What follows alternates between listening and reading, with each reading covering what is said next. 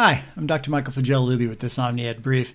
Today we're going to talk a little bit about building student engagement, and in particular this video will focus on the triangle of successful learning.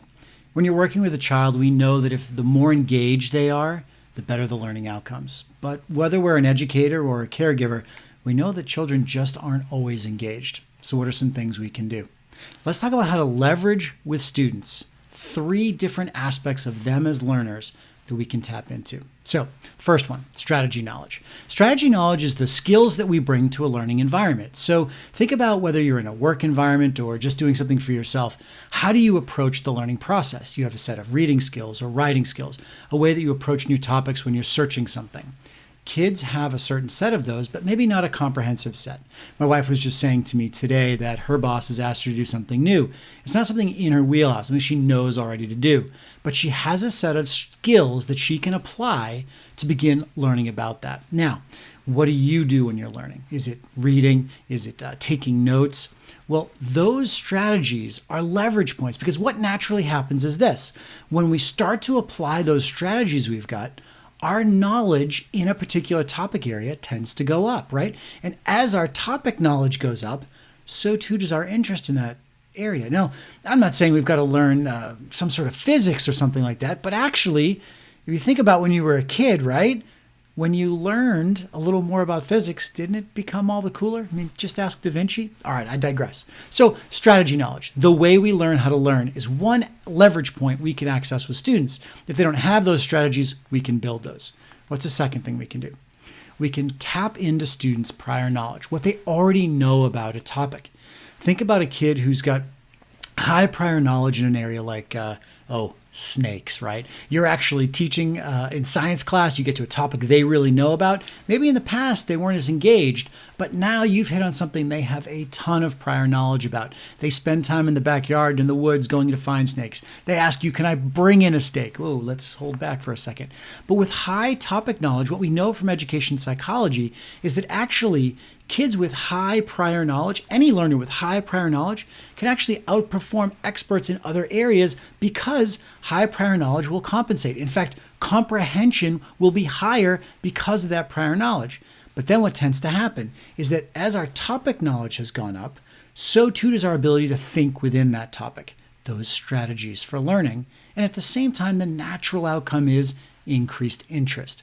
If we don't feel comfortable in an area, how could our interest be high? If we don't know how to learn, how could our strategy knowledge be high? If we don't know much about a topic, right? So let's go to the last one, and this is the one that's always so interesting.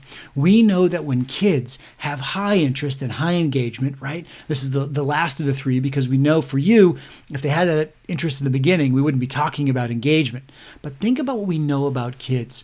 We've seen 2 things that influence interest, but when they come in with high interest, what do? They knock our socks off, right? They go and they read texts that are way above expectation. They write things and produce things that are way above expectation because the interest drives, that energy drives their learning that topic knowledge and gives them new ways to learn those strategies. I've seen students be successful who weren't academically very successful in the classroom, but when they take their interests and they go learn, kids going after school, Don Alverman followed kids to libraries to see what their interests were, and when they moved outside of the classroom, they were able to leverage superior learning outcomes because it was in that area of interest. But notice how all 3 of these go together. So let's leverage one for us. Let's talk about building strategy knowledge. What are some things I can do? First, we can teach self-questioning and finding the main idea strategies. Just teaching kids to focus and engage on the text. Hugh Katz at Florida State talks about when we have that engagement with text, whether we're looking for those details or finding a way to make it more meaningful for us, our learning is better. The second thing we could do, create written or oral summaries of materials so that we're not passively just consuming them, but that we have to actually stop and go through the process of saying, what was most important about that? How can I put that in my own words? I put the QuickTime logo on the page just to remind you, oral summaries could be recorded in a phone. It could be recorded on your computer. Use those digital tools, especially in a time of COVID where remote learning is taking place, to have every student engaged. Third, we can create marginalia. Again, not just passively reading through a document, but actually having my own voice play out in a document. So you'll see there in the middle of the screen, I've got a Google Doc. a Google Doc that's free for me to access. I can preload a text for students or my child to look at, and then I can have them create that marginalia on the side.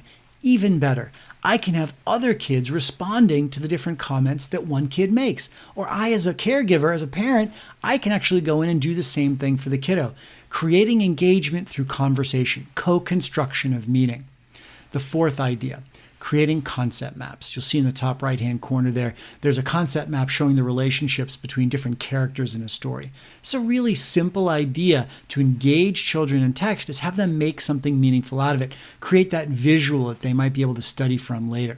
Finally, something you can do, use reading guides. These might be things you remember from your own time in school, but simple reading guides that draw the students' attentions to the things that are the most important will help them to understand. That grows topic knowledge, interest will go up, and it's the strategy that we use to get there. Okay, so that's 5 things we can do in the triangle of student success to help increase student learning. I hope you've enjoyed this brief video from OmniED. Look us up at omnied.org for more. Thank you.